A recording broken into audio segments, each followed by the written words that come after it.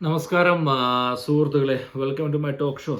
4 മാസം പരസ്പരം കൊല്ലാൻ ശ്രമിച്ച രണ്ട് സർക്കാരുകൾ ജനീവയിലേക്ക് പറക്കാനൊരുങ്ങുകയാണ് ഒരു കരാറിൽ ഒപ്പിടാനായിട്ട്.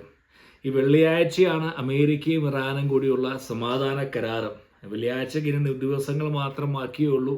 അതിന് മുമ്പ് വരെയുള്ള ഇന്ന് വരെയുള്ള പ്രസ്താവനകൾ കേൾക്കുമ്പോൾ എനിക്ക് തോന്നുകയാണ് ഇവർ രണ്ടുപേരും വ്യത്യസ്തമായിട്ടുള്ള കരാറുകൾ ഒപ്പിട്ട് ഒരു ഫോട്ടോ സെഷന് വേണ്ടി പോകാൻ പോവുകയാണ്. ഒരു പ്രസ് റിലീസ്, നമുക്ക് എന്താണ് കിട്ടാൻ പോകുന്നത്? ഒരു പ്രസ് റിലീസും പിന്നെ പരസ്പരം ഒരു ചിരിച്ചുകൊണ്ടുള്ള കുറേ ഫോട്ടോകളും മാത്രമാണോ?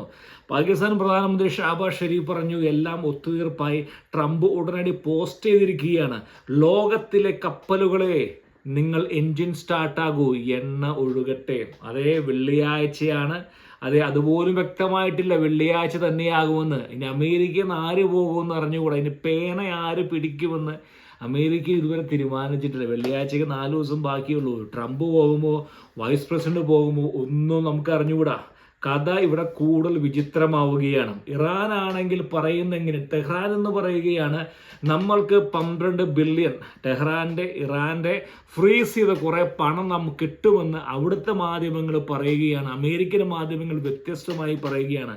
ടെഹ്റാൻ പറയുന്നു ചർച്ചകൾക്ക് മുമ്പ് തന്നെ പണം കിട്ടിയിരിക്കുന്നു എന്ന് അവർ പറയുന്നു. അമേരിക്ക പറയുന്നു പേ അറ്റ് പെർഫോമൻസ്, അതായത് നല്ല കുട്ടിയായാൽ മാത്രം നിനക്ക് പണി. അതായത് ടെഹ്റാൻ തൻ്റെ ബാധ്യതകൾ നിറവേറ്റുന്നത് വരെ ഒരു ചില്ലി കാശ് കൊടുക്കില്ല എന്ന് അമേരിക്ക പറയുന്നു. ചർച്ചകൾക്ക് മുമ്പ് കിട്ടുമെന്ന് ടെഹ്റാൻ പറയുന്നു. എന്താണ് സംഭവിക്കാമോ? നിങ്ങൾ ആലോചിച്ച് നോക്കൂ. ഒരേ കരാറാണ്, ഒരേ വെള്ളിയാഴ്ച, ഒരേ പേര്. പക്ഷെ അവർ ജനങ്ങളോട് പറയാൻ പോകുന്നു വെള്ളിയാഴ്ച ഒരേ കരാറ്, ഒരേ പേന. പക്ഷെ ജനങ്ങളോട് ഇറാൻ പറയുന്നു ഞങ്ങൾക്ക് ആദ്യം പണം കിട്ടിയെന്ന് പറഞ്ഞു. അമേരിക്ക പറയുന്നു അവർ നല്ല രീതിയിൽ പെരുമാറിൽ പണം കിട്ടുമെന്ന്. നമ്മളിപ്പോൾ എന്താണ് ചെയ്യേണ്ടത്? ആരെയാണ് വിശ്വസിക്കേണ്ടത്? നമുക്ക് ലഭിക്കാൻ പോകുന്ന ഒരു ചടങ്ങാണോ, നാടകമാണോ, ക്യാമറകൾക്ക് മുമ്പിൽ ഫോട്ടോ അവസരമാണോ? ഈ യുദ്ധത്തിൽ ഇന്ന് അവസാനം പരാമർശിക്കാത്ത ഒരുപാട് വിഷയങ്ങൾ. യുദ്ധം എന്തിനു വേണ്ടിയായിരുന്നു? 40 വർഷമായി യുദ്ധം എന്തിനു വേണ്ടിയാണ്? യുദ്ധം എന്ന് പറയുന്നത് ഇറാന്റെ ആണവ കരാറുമായി ബന്ധപ്പെട്ട വിഷയങ്ങൾ, ഇറാന്റെ ആണവ സ്വപ്നം ഇല്ലാതാക്കുക എന്നുള്ളത്.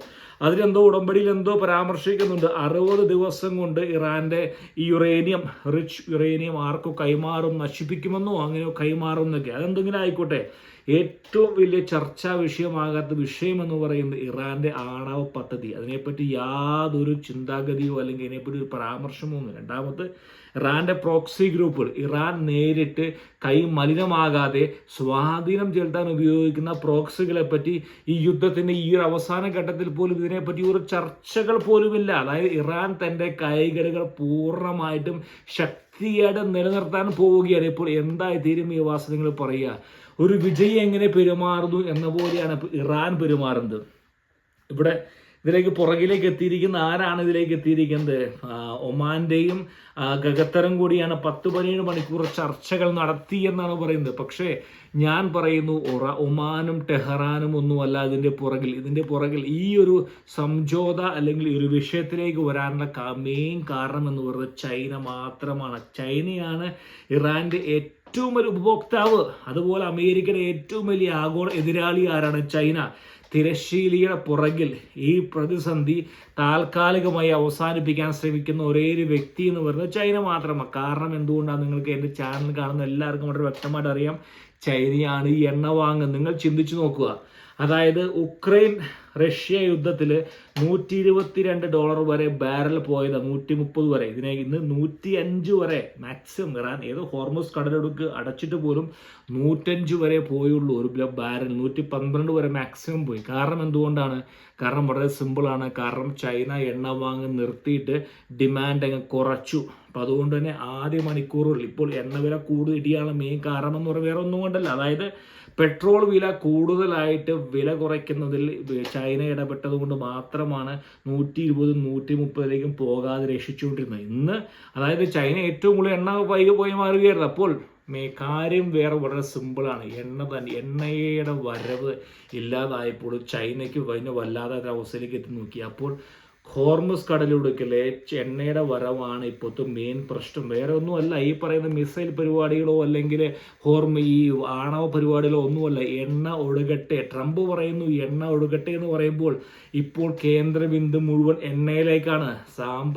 ആഗോള സാമ്പത്തിക വ്യവസ്ഥയെ ശ്വാസം മുട്ടിക്കുമെന്ന് മനസ്സിലായപ്പോഴാണ് ഈ താൽക്കാലിക പ്രതിസന്ധിയിലേക്ക് പോയിരിക്കുന്നത്.